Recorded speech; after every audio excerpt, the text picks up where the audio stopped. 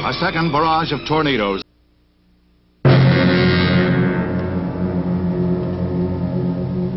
The tension in the Middle East over the Gulf of Aqaba blockade develops into full-scale war, with reports of heavy fighting between Israeli and Egyptian forces along the Gaza Strip and the Sinai border.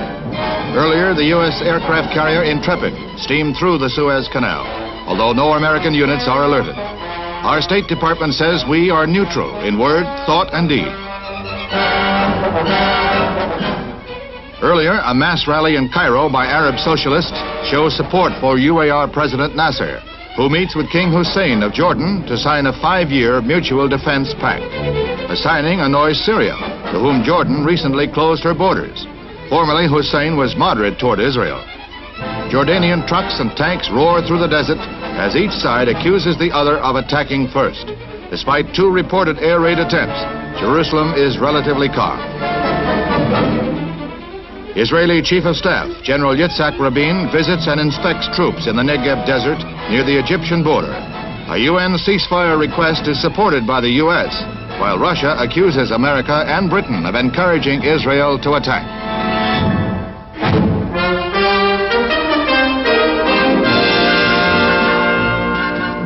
Aviation history at Le Bourget Airport as 2 U.S. Air Force helicopters arrive, completing the first non-stop transatlantic flight by chopper.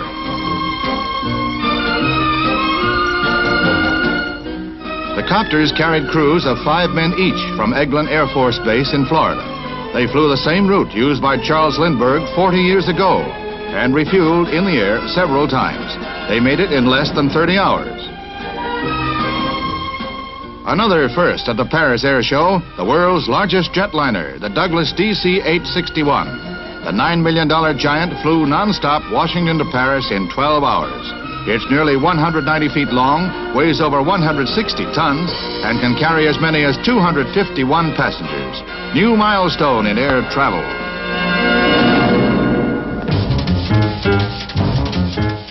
Alleged dissatisfaction with the welfare system causes riots in the ghetto district of Boston's Roxbury section. Stores were smashed, burned, and looted in 3 nights of violence. An angry mob estimated at 1,000 persons marched through the streets, throwing rocks and bottles at police, setting buildings on fire. It's Boston's first full-scale riot since the start of national racial tension. Police were not the only target for hoodlums.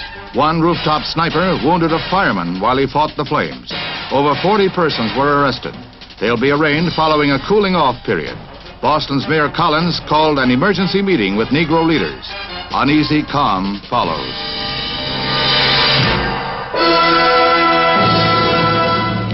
An entire village is evacuated in the demilitarized zone which separates North and South Vietnam. Some 3,000 people prepare for relocation in a new area south of the embattled border region. Marines ordered the move when the fighting endangered civilians. The DMZ has long been a haven for Viet Cong guerrillas preparing to infiltrate the South. Surrounding hills provided added cover. New homes for the refugees far removed from the shooting. Here, the resettled families will pick up the threads of their daily lives.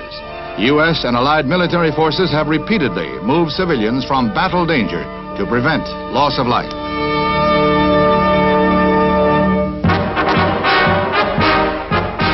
Red China, seen from the island of Quemoy, where close watch is kept on communist mainland activities. Under red guns, free Chinese troops man underground facilities, even radio stations.